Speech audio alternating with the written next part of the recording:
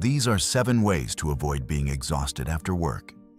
And they matter even more when your day is already full of work, responsibilities, and everything else pulling at your attention.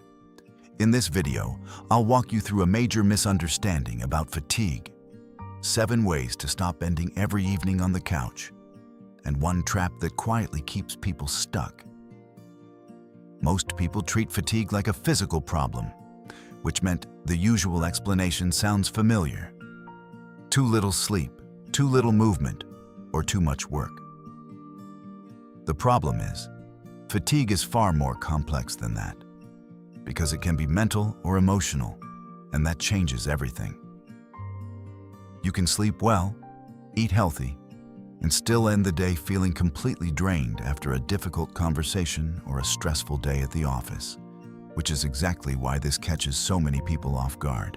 What nobody expects is that the moment work ends, you suddenly have enough energy to play video games or watch shows, even though sports, cooking, or meeting friends felt impossible just minutes earlier.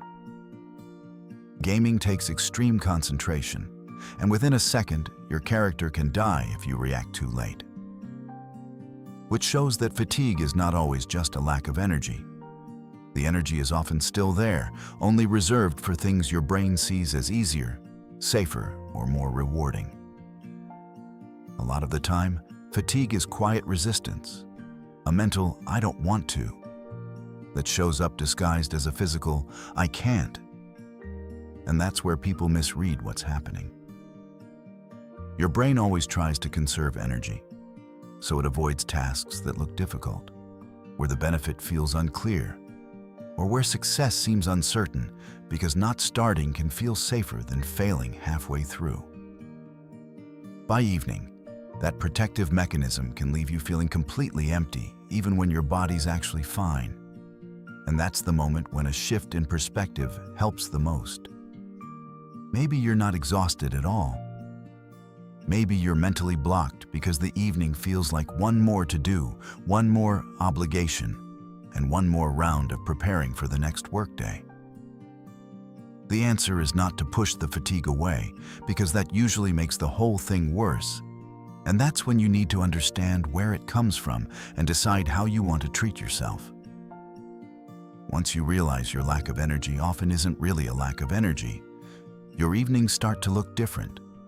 Not against your body, but with your mind. Now let's get into the simple things that can actually help. Starting with the first one. Go outside because nature brings you back into balance. When you feel completely drained after work, rest sounds like the only thing you need, and in one sense that's true. But here's the thing. How you rest changes the result. A lot of people reach for their phone, scroll through social media, or let themselves be passively entertained. And while that feels like relaxation, it usually isn't real recovery. Your brain stays in input mode, which meant it keeps processing stimulation, information, and opinions. And the result is that you end up even more tired than before. 30 minutes disappear on YouTube Shorts, Instagram Reels, or TikTok. And by the end of it, you barely remember what you watched, you just feel worse. What helps is much simpler than people expect. And that's when going outside starts to matter. Fresh air, a little movement, and distance from screens can reset more than another half hour on your phone ever will. And it doesn't need to be a long walk in the forest to work. A short walk around the block can help, 5 minutes in a park can help, and even watering your plants on the balcony can help because nature lowers cortisol, the hormone responsible for your stress level, and brings your nervous system back into balance. The result is not just physical calm, because your mind settles too. Your thoughts sort themselves out, and you finally feel like you can breathe again. That shift matters, because the evening stops feeling so controlled by everything that happened earlier in the day, and a small sense of control comes back. Real rest is not doing nothing, it's doing the right thing so your mind can calm down. The second step is to reprogram your default behavior. Because after work, a lot of people slide into the same pattern without even noticing it. The couch shows up, the phone comes out, a show plays in the background, a snack appears. And although it feels comfortable and familiar, people often feel emptier afterward than they did before. This kind of recovery rarely gives anything back, which meant the evening becomes something you consume instead of something that restores you. What helps more are routines that give you energy over time. And that changed everything for people who stopped asking what feels easiest and started asking what actually helps. Ask yourself honestly, what gives you strength, even when it doesn't feel instantly fun? Because that answer usually points in the right direction.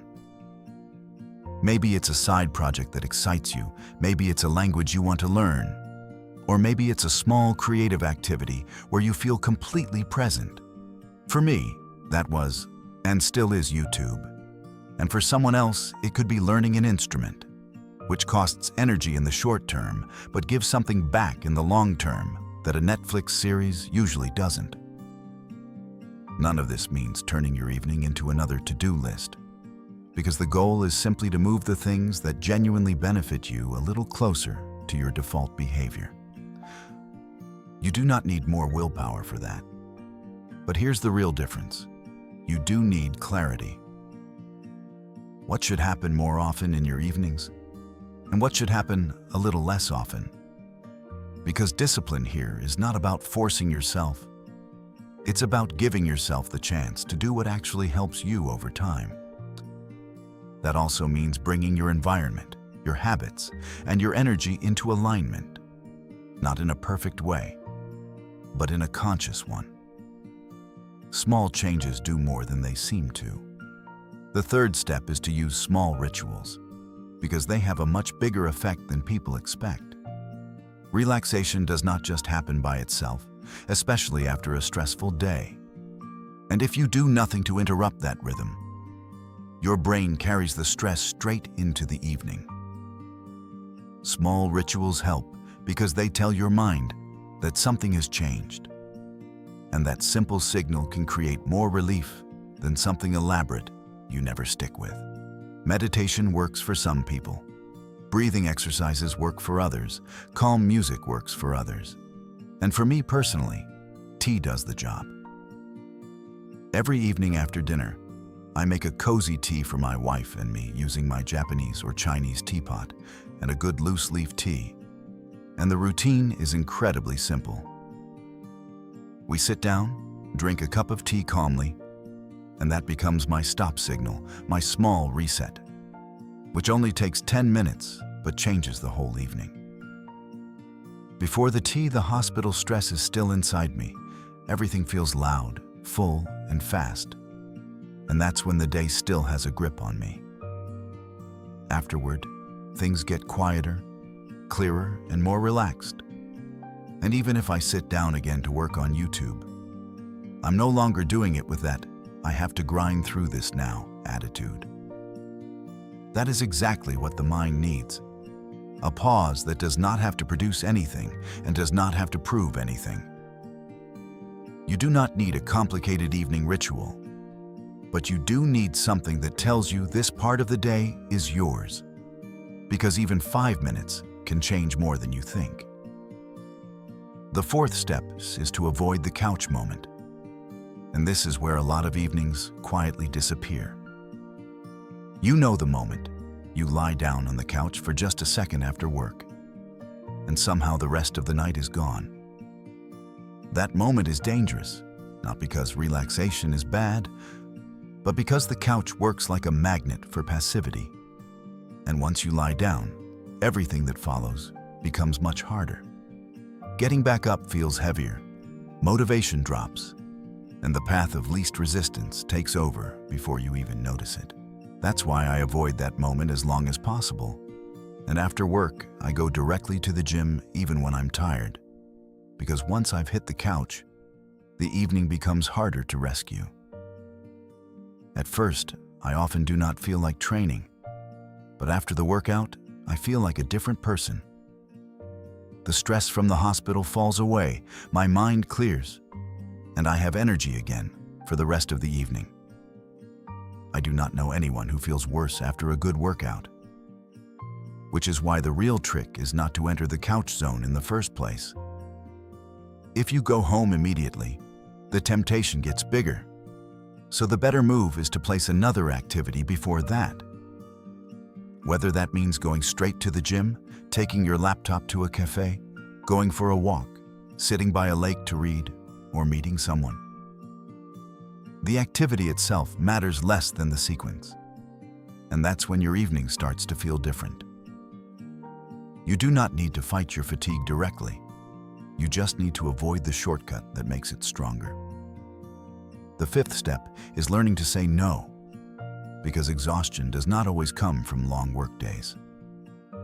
A lot of the time it comes from the extra things added on top, the small commitments, the spontaneous favors, the meeting here, the task there, and all the things we agree to out of politeness, even though we really mean no.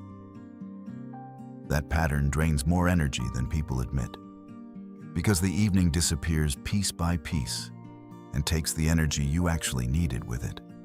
The problem was never just work, it was everything that got piled onto the end of it. I'm introverted, which meant I regularly need time alone to recharge. Not because I dislike people, but because solitude gives me energy back in a way conversation does not. A good book and quiet time restore me more than a conversation with a friend, even though I really do enjoy deep conversations. That's why I learned to decline firmly, with no excuses, no guilt, and no long explanation that turns a simple answer into emotional work. Saying no is not selfish. It's a way of protecting your energy so you do not keep running yourself down to zero. For someone introverted, that is not optional, it's necessary. And the result is that I know much more clearly where and how I want to spend my energy. Learning that for yourself changes a lot. The sixth step is to use your personal energy window, because fatigue does not stay the same all evening. For a long time, I thought I was simply too exhausted at night to do anything meaningful, and workdays felt too full for the idea of evening focus to make any sense. That changed when I noticed the exhaustion was not constant, because after dinner, my tea ritual, and a hot shower, a new energy window opens for me between 6:30 p.m. and 10 p.m. During that stretch, my mind feels clearer again, and I can focus on more complex things like writing scripts, planning, and creative work. I do not work every evening, but I know that I can switch into that gear when I need to, which meant I stopped treating the whole evening as lost. What matters here is that not everyone works the same way, and not everyone has the focus at night to sit down with a big project, which is completely okay. If your evenings are better for slowing down, you can still use that time consciously, and that is where small actions start to matter. You can write a few thoughts in a journal, put your most important tasks into your calendar, read a few pages, pack your gym bag for tomorrow, or simply do absolutely nothing for 5 minutes. Let that be enough. Even that counts as a success, because the point is not to maximize your evening, it is to stop losing it completely to autopilot. Whether your evening is active, quiet, or somewhere in between, it matters that it belongs to you. The seventh step is to protect yourself from the comfort trap, because this is one of the easiest patterns to mistake for something harmless. In everyday life, the comfort trap feels right in the moment, and that is exactly why it becomes dangerous over time. When you feel tired after work, physically or mentally, unwinding makes sense. But here's the problem. Unwinding can quietly become your default. Once that happens, and especially if you're surrounded by people who only switch off after work, complain, or just try to survive from Monday to Friday, that pattern starts to feel normal. And that's when a walk, a book, or a personal project suddenly looks like excessive ambition. while phrases like "take it easy," "you should also do nothing sometimes," and "relax" start sounding like wisdom instead of warning signs. Sometimes those phrases are true, but if every evening feels the same, if you always feel too exhausted, and if the end of the week leaves you wondering where your time went, something else is probably happening. Maybe it is not a lack of energy at all. Maybe your environment is putting your energy into sleep mode before you even get the chance to use it. The algorithm reinforces that too, because it shows you more of what you already believe. Another reel about exhaustion, another quote about burnout, another line like, "Rest is also productivity." And yes, rest is productivity when it recharges you. But none of that helps if it leaves you permanently paralyzed instead. Real progress often happens in environments where your biggest goals already feel normal, where nobody looks at you strangely for reading, training, or working on yourself in the evening, because for the people around you, that's just part of life. That is the key, and that's when your standards start to change. Surround yourself, online or offline, with people whose standard already looks like the life you want, because you do not need to compare yourself to them. You just need to let their normal become more visible to you.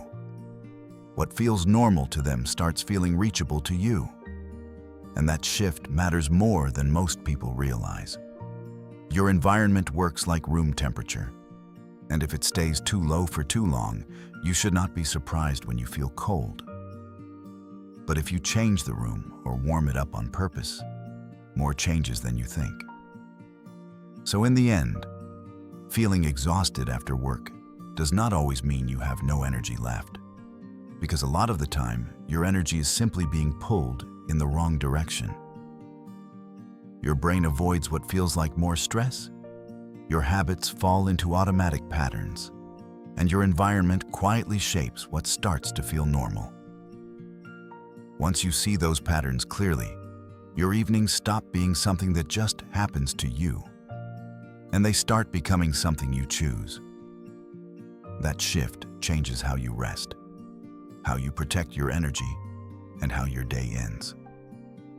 Not by forcing productivity, but by making sure your energy finally works for you. What was your favorite habit?